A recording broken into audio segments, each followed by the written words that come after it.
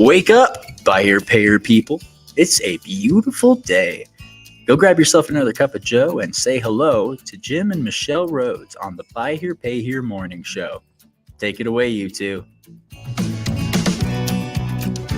Good morning. Hello, Buy Here, Pay Here land. Greetings from Oklahoma. Greetings from Oklahoma. We got moved to the office. Nice office background. Yeah, let's get an audio check out there. I'm a little, gun shy about our audio. We've had some snags of late. Just let us know that you're hearing us. Maybe pipe in and let us know what state you're listening from this morning. Yeah. I'd like to hear from you folks. So this morning, it's been a nice weekend. Got to spend some time with the family and all of that. Thank you, Karen, for the sound check. Appreciate it. So good weekend with the family. Yeah, very nice. And it was a good weekend. Yeah, we did an emotional gratitude rant on Friday. So shed a few tears on that one. Just kind of, expressing what an incredible year this has been already. It really has. And we spent a little bit of time. We spent a little bit of time this weekend kind of talking about, sort of what we talked about on Friday. It's just like, where are we going for this next year? And so we've got some more planning to do, and we'll let you all know as soon as we have a really good idea about what the theme is for the year. Yeah, I can tell you, we've already got some webinars mapped out for the coming months. So start to release information on those soon. But we're starting to build a panel on a couple of topics. And we've got stuff happening and other stuff. Tons of stuff. You're gonna see an awful lot, and there'll be an awful lot that will be available broadcast live as well, and then stuff that we'll be doing and turning it into some other type of broadcasting. Yeah, and listen, for a morning show bonus point, somebody who's the first person who can name what kind of bird dog that is in the photo behind us. I have no idea. So you don't get the bonus points. Somebody else. Tommy Brandis is listening. I know, right? I come from a coastal city and not a hunt. I wasn't raised around hunting, but it's been fun to sit and listen to the stories of Jim and his brother and his dad and all of the, on a weekend they would go out and do some hunting and be back for dinner. Yeah, you're right, Tommy. GSP, German short hair. So that's that's the kind of dogs that we grew up with. Yeah. Bird hunting, both quail and pheasants around here in Western Oklahoma. So we're with family still, and we'll be for a couple of weeks. So this may be our office set up for a time as we kind of work our way toward Utah to spend Christmas with Michelle's family. Yeah, before we head back to Florida. Yeah. And we've been talking all weekend long. It's like, okay, so where in Florida are we going to move to? Because we already missed the warmer weather. I keep pulling up the weather in Tampa area, and it's like it's 32 degrees here. We're supposed to be 80 there. Supposed to be waking up to like 15 degrees here tomorrow morning. So Michelle's not. Yeah, really. We don't do the cold so well. Yeah. No, going out for walks, because I don't care that you get warmed up as you go, but it's just too much. So today, our topic for the day is around what customers want and need. So differentiating between wants and needs, and what's that mean to us as buy here, pay here dealers. So there's a lot of, we were talking about that this morning. And so I'm throwing out ideas and things that I hear in the industry all the time. And Jim's like, how can we quantify that? Can we quantify that? Is that just someone's gut feeling? Is that, how do we quantify? Yeah. And I think maybe it's helpful for anybody's listening this morning doesn't know, my background. I came, first of all, retail and sporting goods stores before I was ever in the car business. Got in the new car business in 95 as a salesperson. Later worked as a sales manager and trainer in the new car space. And then in 97 was invited into Buy Here, Pay Here. 2000 started consulting for Buy Here, Pay Here. So I've traveled all over the country now, and you've traveled a big part of the country with me in the time that you worked with me. And I think what we'll talk about today is mostly anecdotal, like observational things that we see out there in the space. And there are a couple things that are factual. And the reason this is important is because I'm like a lot of you dealers out there where I get a little frustrated when I attend these events sometimes and people step up on the stage and they start introducing numbers and, they might put some sort of label behind them, but the data is sometimes incomplete.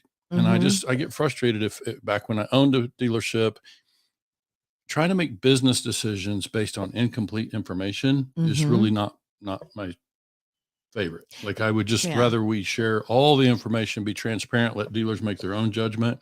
Because my observation is dealers are smart people. They can make their own Yeah. decisions about how to run their business, but they need complete information to be able to make that Well, judgment. and we're finding with more and more technology, AI, all of that, that we're getting better Mhm. information that Yeah. is more quantifiable. But even those sometimes, there's been times that it's like I'll be quoted a number, and I'm like, and what about this? And it's like, oh, didn't think about that. Right. So it just yeah, there are some things that are starting to be quantified, Yeah. but there are a lot of things that We're, s- it's we're certainly yeah, learning. I mean, yeah. machine learning and the AI and all those things everybody talks Mhm, about, it's starting to become more available to us in the buy here, pay here space. And I think there mhm, are certainly lessons to be learned about that. I think for today, I would say the main thing that I would bring that is factual, and I doubt that anybody's going to make me bring out any spreadsheets on this one because You might it's have pretty one widely somewhere, known. yeah. Yeah, oh yeah, we've got plenty of data on this, but the idea that the lower the ACV, just generally speaking, Okay, across almost any dealer's history, the lower the ACV, the more gross margin or rate of return that dealers enjoy okay. on the lower cost of car. So what about though, here's something, I'll play devil's advocate, you're Please do. welcome. Um, uh, so with a lower ACV, a lot of times that means it's a rougher car. And so, I mean, most of the time it seems like it's got maybe a few more miles on it, a few more dents on it, a little Mhm. bit more rust on it, maybe a little bit more wear and tear. When it's a lower ACV, does that typically equate to more problems? That's what a lot of dealers would tell Mm-hmm. you. I think the question is, can they prove it? I can't prove it. In other words, I don't have the data that we have is kind of what I call disjointed. It's a small data pool here and a small data pool there, and there's not enough Mm-hmm. aggregate data for us to make any real judgments about that. And Mm-hmm. so, obviously, again, with the AI, we're learning more and more about that. But for today, I would just say let's not. Of course, loan performance is going to be essential, but I would say if somebody's telling you that a low ACV car does form as well, make them show you. I'm just saying I'm not Yeah. going to tell you something today, that is, and I'll say if it's just based on observation or it's based on anecdotes, I'll say. But if somebody's telling you at an auction lane that I stay away from those used, those high mile cars because those loans don't perform as well. I mean, do they really know? Can you really back that up? So I'm just saying, let's look at facts. Let's differentiate. So for today, it's like when we're talking about a customer's wants versus needs, I'm really trying to break that down in terms of process, like what we see in terms of process and what we see that influences cost of car, inventory mix, those Mm-hmm. kind of things. And what I see and then the reason my uh, new car experience and used car departments is relevant here is because one of the things that you observe when Mm-hmm. you're around the new car business, and I just remember, sales managers having a salesperson come to the desk, and they'd be working with the sales manager, and selling them on, hey, this customer's this and this and this, and the sales manager would sometimes say, how about you go back and sell the customer instead of coming in here and selling me? Yeah. You know what I mean? Yeah. And so the reason that relates to buy here, pay here is what we see. This is Mm-hmm. observational, but what we see often happens, and some of you dealers that are listening can back this up. Salespeople often are telling the buyer, telling the general manager, the dealer, hey, we could sell a lot more cars if If we had this, if we had more third row SUVs, or if we get more four-wheel drive trucks, or name it. It's like we could Mm-hmm. sell a lot more. I'm missing a lot of business if we had more of this. So we start to respond to that Mm-hmm. thinking, oh, well, I want to sell more cars. So my salespeople are telling me we should have more of this. Mm-hmm. So this is anecdotal. I'm just saying, based on my observations, often what happens, and this is just kind of a natural progression. You've heard me Mm-hmm. talk about this. Dealers who are brand new, they start out buying a pretty low ACV car. they tend to progress. And Tom, if you're still listening, you've seen this plenty. You've been involved in 20 groups. You've seen this with other dealers. They naturally progress over time. They start moving up the scale in terms of cost of car. So okay, let me ask you that. Yeah, Is let's break it that down. because, obviously, like you said, there's a lot of team members that will say, hey, if we had this, because they have a hot week and they sell 2 truck pickups or whatever. And right. so they want to have more of a specific thing. And I totally lost what my train of thought on Well, that I think one. sometimes it's reactive. I think where I heard you going is like it's reactive. Like they had a week, they saw some business opportunity. I don't think any of us would be surprised that if a poor credit customer comes in and, the same customer who's got, 2 years job time and $800 down, obviously we could put them in a nice car. They'd like to do that. Most of them. Yeah. Anecdotal, but that's, again, some of you dealers listening in could chime in and back me up on this. Like for the most part, we can put a customer in a nicer car. They'll choose that.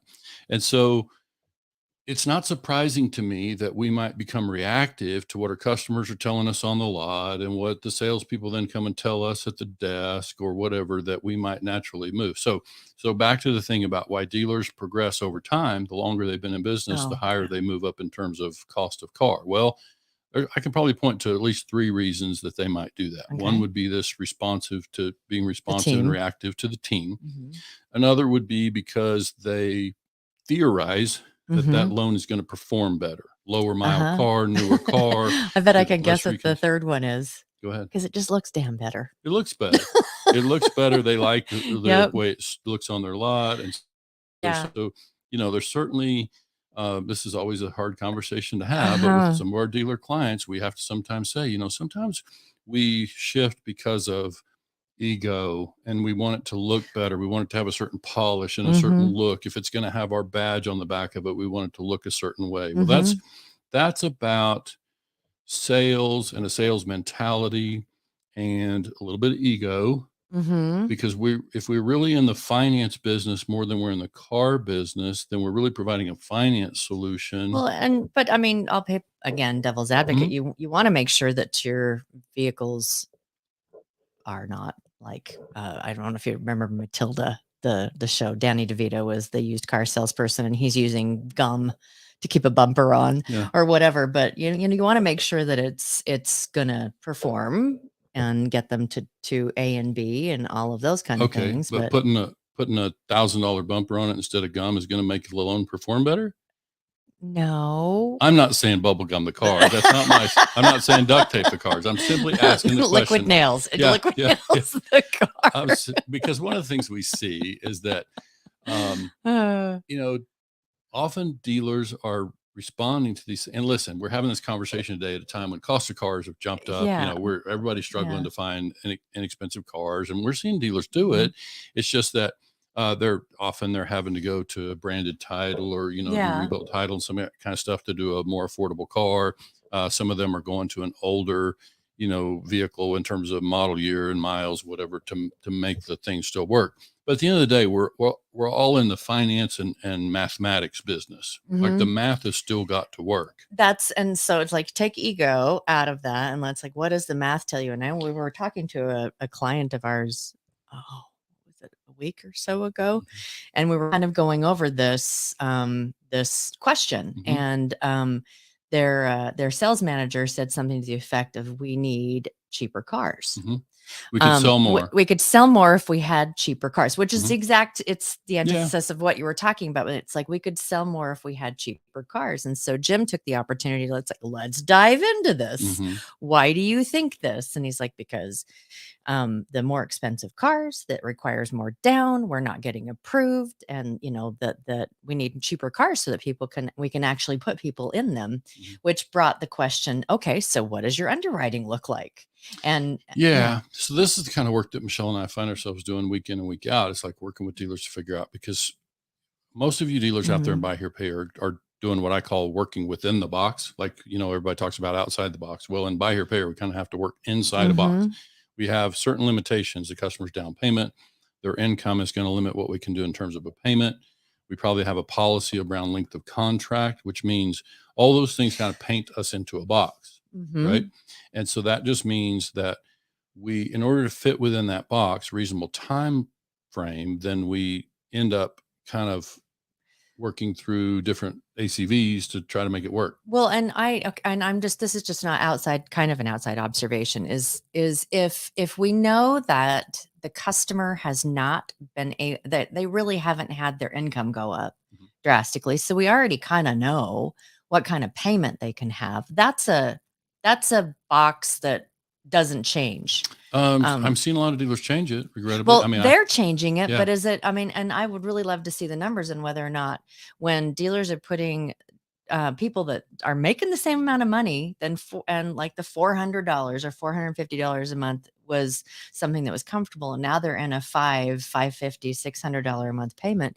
Are they performing the same as they did as the 400, 450? Yeah, so that's where Yeah. we don't have enough data to be able to, back up some of those things. So I think that's Looking where forward to getting this is where that. we always look forward to working with partners who have that kind of data, who can really speak to this thing more specifically. And this is where just know that I'm going to be out there on behalf of Mhm. dealers, asking everybody in our industry to get more specific, to get Mhm. more transparent with the data that they're sharing, so that when anybody stands on a stage or comes to a webinar or whatever, when they share data, that there's, more information about what data pool are we talking about. Mhm. Because, and again, even if you look at the data, that doesn't mean that you would adapt your business model. I mean, your business model, if you're a dealer who chose a certain business model, you might not want to deviate from that. As a kind of exaggerated example, years ago when I was a dealer, I used to tell other dealers in 20 groups and other people that, the unfortunate reality for my customers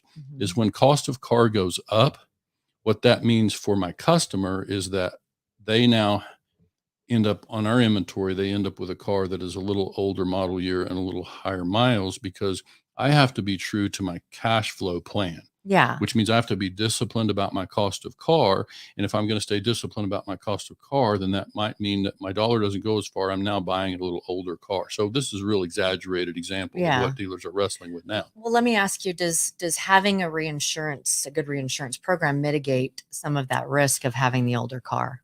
Yes. Yeah, it certainly would. So, I mean, so if you're going older car and you've got to go to reinsurance, and it's a car that the dealer can feel comfortable, a lower ACV dealer Mhm. can feel comfortable with the down payment, and the customer can be comfortable. There's a difference with the customer that I've noticed. There's a difference between the customer feeling comfortable and actually being comfortable, because point. they'll, it's how many times have we heard, I can't come up with $900 today, but I can make a $900 a month payment. Right. Yeah. Yeah. Yeah. Or Whatever, yeah, whatever it is, the exaggerate, yeah. $600 or whatever it is. Yeah. But so the customer's going to feel like I can be really comfortable with this, because but helping Well, them and you to, just heard me say again, I've yeah. said so many times in my career, is like, and Tommy's still out there, he can verify this, is like, one of the things we've always said is that for the most part, buy here, pay here customers are really focused on the day they're buying. They're really focused on, what does it take to get in the car? How Mhm. much down payment would I need? What Mhm. does it take to get approved? And then the payment is almost last. Like, they'll just figure out whether they can handle the payment when the payment Mhm. comes due. Well, That's and then later. they'll stretch themselves quite. They'll overcommit. They'll overcommit. Yeah, if you put a 'Cause contract in, they somebody's got in a need tight a spot, car and they their want other that car broke one. down or got Mhm. repossessed or whatever, they're in a tight spot. You put a contract in front of them, even though the payment feels a little high and uncomfortable, they'll probably still sign the contract. Now, Mhm. again, anecdotal, can we prove it? I think dealers out there with a lot of experience can say that they've seen this happen. But back to our original conversation, which is around needs versus wants, it's like, why does this matter? Well, if we're responding to the customer's wants, then that might cause us to move up in terms of cost of car, newer model years, miles. And while that might still work, maybe if we have, ample access to capital and it fits within, our structure, and Mhm. the underwriting software suggests that the loan's going to perform well, then if that's what the data supports, and that's the business model that we're choosing, then that's fine. Obviously, that's perfectly fine. Mhm. What I see often, though, is that dealers are adjusting to that based on some reactive thing and not based on real. And obviously, the part that's factual about this is if we increase our cost of car and our down payment does not increase, in a corresponding way, then we're going to consume more capital in funding buy here, pay here contracts. Now, can we afford to do that? Every dealer's answer on that would be a little bit different. But it's like the reality is when we do move up in cost of car, if the down payment remains about the same, then we're going to consume more capital. And that's not new. Like that's dealers are wrestling with that right now. Many dealers have, used up more of their line of credit or have used up more of their own bank accounts in recent years because the cost of cars moved up, but the customer's down payment hasn't in a corresponding way. So it's just really when we go back to the thing about wants and needs, it's like, I think what I'm really asking dealers to contemplate is, if we're adapting because the data supports the fact that a higher cost car, lower mile car will perform better for us in the long run, then obviously that makes good financial sense. If we're moving up in cost of car because we have the perception that's one, it's going to look better on our lot. Two, it's going to, the customer has more. One of the things I hear from dealers is that, the customer will have more pride of ownership and more commitment to the car. Well, that's a good theory. Can we prove it? Does the data support that?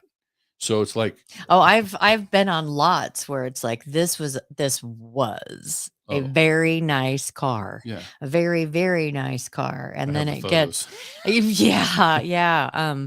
Where and it's been repoed or it's been in an accident and it is like trashed. Yeah. And it's a nice Someone looked car. like they've been in multiple accidents. Yeah. Yeah. But yeah, it's like so you get the idea though, whether it's mechanical or whatever, it's like if the data supports it, it's one thing, that's perfectly fine. We all want to make good judgments based on our business, the performance of these loans.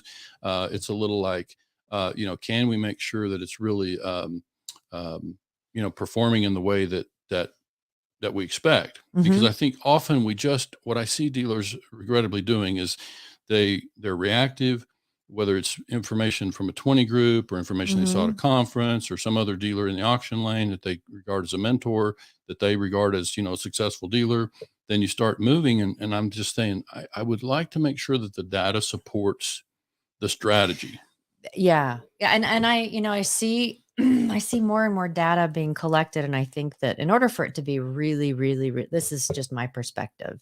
In order for that data to be really like rock solid there's another piece to this is that it would require everyone to have the same basic, underwriting, the same basic. I mean, it's like there's certain things that would need to be kind of more standardized. Yeah. So there's, this, you can almost break it up into two things. I'm really suggesting, and the part that I said at the beginning that's factual is like at the time of underwriting, regardless of what the underwriting software might suggest is the outlook for loan performance, there's still the matter of cash management. So regardless of what the loan performance looks like based on the underwriting projection, you still have the matter of cash consumption. Yeah. And that's actually, with some clients that we have that, I'll get in and I'll take a look at their underwriting software and I see, all right, this should have been improved. This should have been improved. This should have been improved based on their criteria. And it's like, it wasn't. And so, it's like, why? And it's usually a cash management question. Yeah. So, going back to that client that you referred to that we've been working with has, quite a bit of history, good size portfolio, good size volume. I mean, good amount of volume. And so there's enough data to be able to analyze, in that situation and be able to make some assessments. And so the question became out of that conversation that we're referring to, the question became, okay, our sales manager is saying we could produce more sales if we had cheaper cars. Now, so I've asked the question, okay, so let me break that down. If our customer had $1,000 down and could afford a payment of $450 a month to split within their payment to income ratio, then if we put them in one of those nicer cars, lower mile cars, would we be able to get that approved? Maybe it's an exception on term. So are we trying that deal in the sales department and letting underwriting make a judgment? Or are we just passing on it because we know underwriting won't take the deal? Because that becomes the question is customers showing up on the lot same qualification, most of them, 1,000 down, can do 450, 475 a month, same credit profile, job time, all that stuff, the same profile. The underwriting software projects a high degree of success Mhm. on the loan. Why are we passing on it? Well, could be as simple as cash consumption, cash Mhm. management. So that really begs the question, okay, the loan, the the software says the loan will perform at that Mhm. term. So really, it also goes back to a different question, which we can address in a whole different session. Is like, are we complicating the sales process in a way that is inhibiting or restricting our sales? Are we making the process complicated by putting cars that satisfy the customer's wants and needs on the lot, where sometimes the customer comes in based on a certain want, we can't approve them, we won't approve them, They still need a because of car. some, yeah, they, even though they meet the typical qualifications, we won't approve them because the contract length may be a little longer than our policy. And now, have we missed that sale altogether because we started out on a B car, now we're trying to move them to a C car, and Or so whatever, yeah, yeah. whatever it is, it's like I'm saying, yeah, we're picking. I'm just picking that as a categorization, like type of car, class of car. But when if we could start out addressing the customer's needs, Mhm. and this is where our sales process has got to really drill down to, when we meet with somebody, are we first identifying the customer's needs? Because you've heard me in training, we're always saying we start with the most Absolutely. affordable car that will meet the customer's needs. Needs. And it's about asking the right questions Yeah. and being conversational about, what the car, how many people do you have in your family? Hmm. What kind of Sure. work do you do? And How now, far do you have to go to right. work every day? Yeah. And so we can start to wrap up here, because the rest was a whole different conversation. But it's like, um, I'm really trying to understand, if I meet with a customer and I determine what their family circumstances Hmm. are, how they drive the car, and I determine I've got cars in the inventory that will meet their needs based on, typical down payment and payment. And now they want something different. Like, I've got cars in inventory that seem to meet the needs that they described, and they fit the profile, and we probably can get that approved. But they want something else, third row SUV. I'm happy to accommodate. I always tell the customer, if I'm sitting with them in that situation, I would Uh-huh. say, I'm happy to try to help. I obviously want you to have the car that you want. Um, and just to understand, if we move to there, we may need some additional down payment, or payment might be a little bit higher. Maybe we need to talk about some payment from your tax refund, something. I'm happy to try to help the customer buy the car they really want, but I'm also taking them through an exercise, so to speak, where they can see for themselves that I have to help myself. If I want to move to that car to satisfy my wants, I have to be in a position to help myself. If I'm not, maybe I need to go look at these cars that'll meet my needs.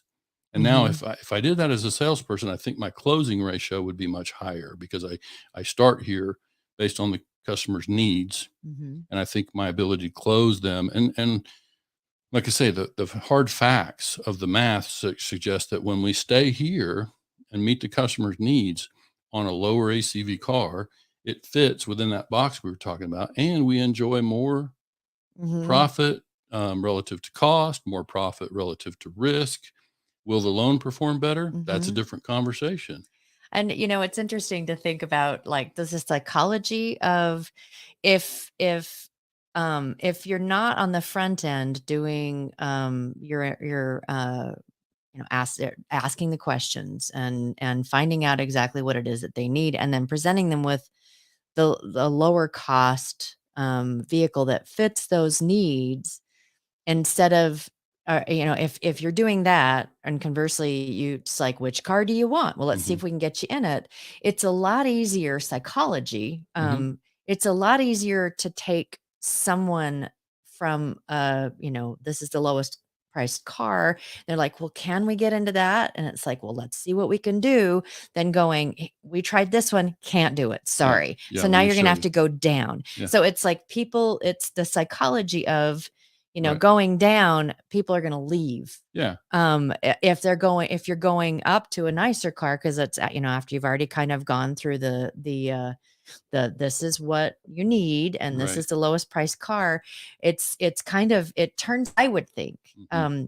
into more of a win-win, Right. in the psychology and the, how a customer feels about the experience, then, well, this is the car that I want, and you're telling me I can't, now I have to have a crap car, or whatever it is, Yeah, but I think we can see, and I was reading Tyler's comments there about the bumper. I think, Tyler, we all understand, those of us who've been around the business, we recognize that we all want our cars to look nice. I'm not suggesting that we have raggedy cars on the lot. That's not what I'm proposing. I'm simply saying that we meet a lot of dealers who say they basically recondition everything. Like they try to make the cars near perfect. And I'm thinking, is there any math to back up your decision to do that? If there's not, what is the motivation? Well, because if you're fixing everything and you're going from a $500 recon to $1,000 recon, that's $500 right there. That's another cash management question, isn't it? So if it's about perception, then if we're buying that for our own perception, then that's a business decision that we're making that, in my mind, if the numbers don't support it, then what's our basis for doing that? Like it's so that's really becomes the question is what's our justification for spending all that money to make that car, tires and seats, whatever it might look like.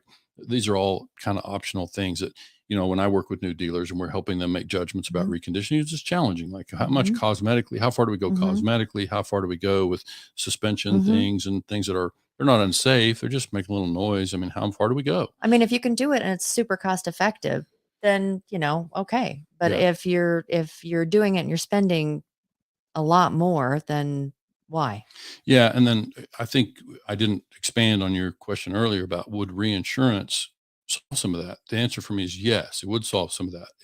And dealers will say, well, whether, if it's reinsurance, I'm going to repair it later. It's just coming out of a different pocket.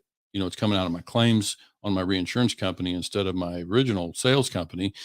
That may be true, but we're really just saying that if you're going to support the customer after the time of delivery, then we just need to look at the math. Like, let's not speculate on which will perform better because it looks better or because it's got lower miles. Let's get down to the math, because in the end of the day, we're at the finance business. We're in the loan performance business. And so bulk buyers out there, would certainly get this. A lender would certainly, we want the loan to perform well. But do we have the data to show that the loan will perform better if we do X? And so that's the part we're really trying to identify here. And I'm just telling you, when we brought this conversation, I just told Michelle, we're going to stick to what's factual, right? And we're not going to promise anything else that we talk about as fact. We're going to ask dealers to go find their own facts. Right? What's Jared have to say? Jared wants to know if we've done loan analytics performance based off of Apple versus. You're really trying to derail what we're talking about there, Jared. Dude, he's on my side. He's an Android warrior. So good morning. That's a great wrap up. Yeah.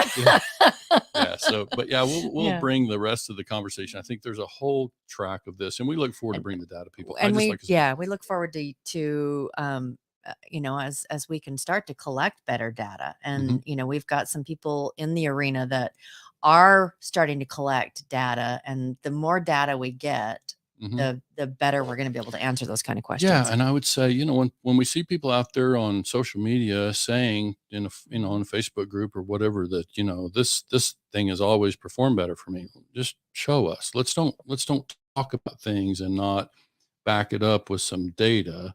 Let's try to make sure we're transparent. Yeah, and that we're not steering people based on our own perceptions. Yeah, right. And that I not squirrel, and I don't want to continue since we are wanting to wrap up, but I reflect on a conversation we had a couple months back with a dealer, and they were chatting, and they were talking about how their sales are down, and we kind of got talking about, like, what's your model, and said, yeah, we changed the model about so and so, months or a year ago, from this to this.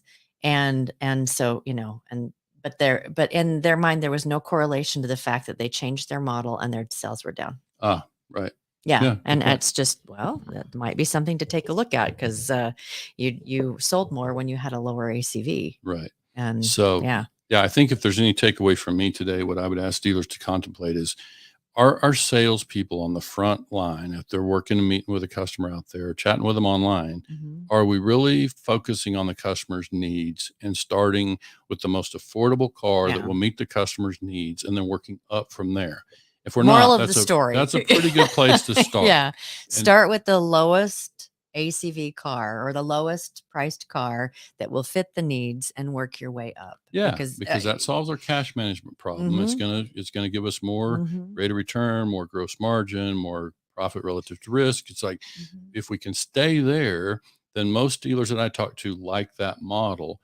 Then we just got to look to loan performance. Yeah. That's the next thing. But I mean, there's a lot of different layers in that about, someone coming in and saying, I want to test drive that. And it's like, well, do you let them before you figure out sure. whether or not it's something that they can actually do, or Yeah, if it'll be different outside of subject. their. This is why we say we're not going to run out of stuff to talk Oh, about on the yeah. morning show. There's plenty to talk about in the buy here, pay here arena. So if there's something that you guys have a question about or would like to get a little bit of insight and hear about what this dude here who's been in the business for quite a while has to think, and whatever I don't know, Michelle knows. So it works out well. well, I can guess, and as long as I say it with authority, Right, sure. then everyone will. Yeah. Yeah. So just let us know if there's something we can of course. chat about, and if there's anything that we can help with as well. That you all kind of have an idea about the things that we work on.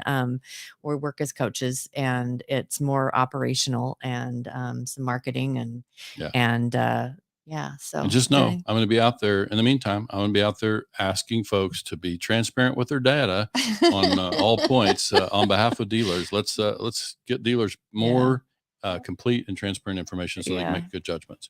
Hey guys, thanks so much for joining us today. We will be back on Wednesday for White Hat Wednesday, Right. and got something up our sleeve for that. Tune in all right. Wednesday. We'll talk to y'all later. Thanks again.